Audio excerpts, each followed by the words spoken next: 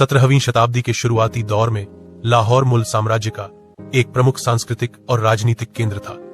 वहां एक काजी इस्लामी न्यायाधीश रहता था जिसका नाम रुस्तम खान था।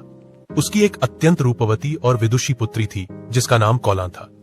कौलां बचपन से ही बहुत ही शांत और आध्यात्मिक स्वभाव की थी। उस दौर में लाहौर में प्रसिद्ध सूफी संत साईं मियां मीर जी का बहुत सम्मान था। काजी रुस्तम खान स्वयं उनका सम्मान करता था, इसलिए उसने अपनी बेटी कौलां को मियां मीर जी से धार्मिक शिक्षा लेने की अनुमति दे दी।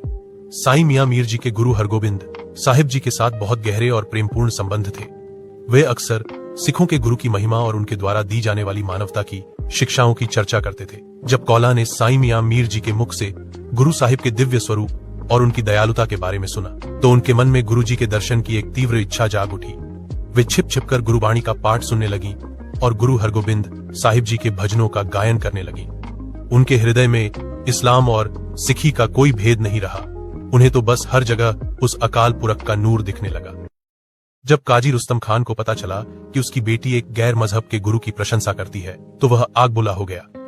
उसने कौलां को बहुत डराया, धमकाया, लेकिन कौलां की श्रद्धा अडिग थी। क्रोध में अंधा होकर काजी ने मुल्लाओं से फतवा जारी करवा दिया कि कौलां को कुफ्र के अपराध में मौत की सजा दी जाए। जब साईं मियां मीर जी को पता चला कि कौलां के प्राण संकट में है तो उन्होंने अपने एक शिष्य अब्दुल्ला के माध्यम से कौलां को गुप्त रूप से लाहौर से निकलवाया और उन्हें अमृतसर में गुरु हरगोबिंद साहिब जी के पास भेज दिया। जब कौलां अमृतसर पहुंची तो गुरु साहिब ने उन्हें अत्यंत सम्मान दिया।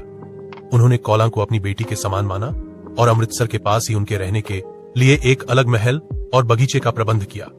गुरु साहिब ने घोषणा की कि कौलां अब माता कौलां के नाम से जानी जाएंगी और उनकी रक्षा करना अब गुरु घर का उत्तरदायित्व है। समय बीतता गया और माता कौलां जी गुरु घर की सेवा में पूरी तरह लीन हो गई।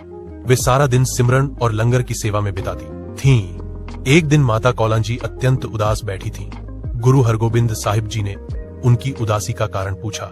माता कौलां जी ने भावुक होकर कहा, सच्चे पातशाह, मेरी कोई संतान नहीं है। मेरी मृत्यु के बाद इस दुनिया में मेरा नाम लेने वाला कोई नहीं बचेगा। मेरा अस्तित्व एक बहती हवा की तरह मिट जाएगा। गुरु साहिब ने बहे ही स्नेह से उत्तर दिया, माता जी, आप चिंता न करें।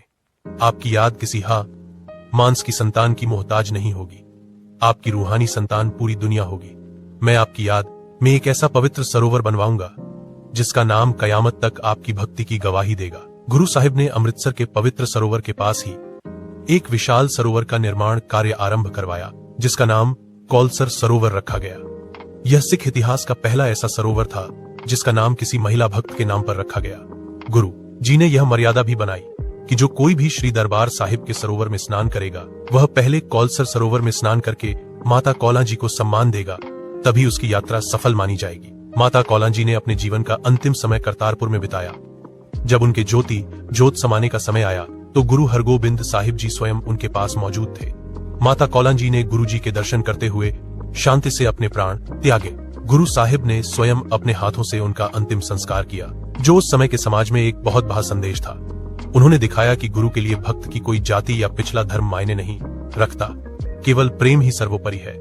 इस गाथा से प्राप्त शिक्षाएं: 1. गुरु साहिब ने एक मुस्लिम परिवार से आई भक्त को अपनी बेटी मानकर यह सिद्ध किया कि ईश्वर की भक्ति पर किसी एक धर्म का एकाधिकार नहीं है।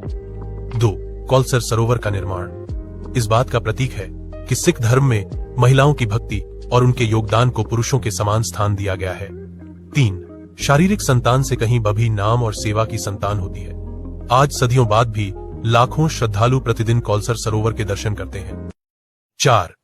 जो सच्चे मन से गुरु की शरण में आता है, गुरु उसके लोक और परलोक दोनों की जिम्मेदारी संभाल लेते हैं। माता कौलां जी की यह कथा हमें सिखाती है कि धर्म का वास्तविक अर्थ नफरत नहीं बल्कि प्रेम और करुणा है। अमृतसर में खाहा कौलसर सरोवर आज भी शांति और श्रद्धा का संदेश दे रहा है। अगर आपको यह साखी अच्छी लगी तो कमेंट बॉक्स में वाहे गुरु जी जरूर लिखें।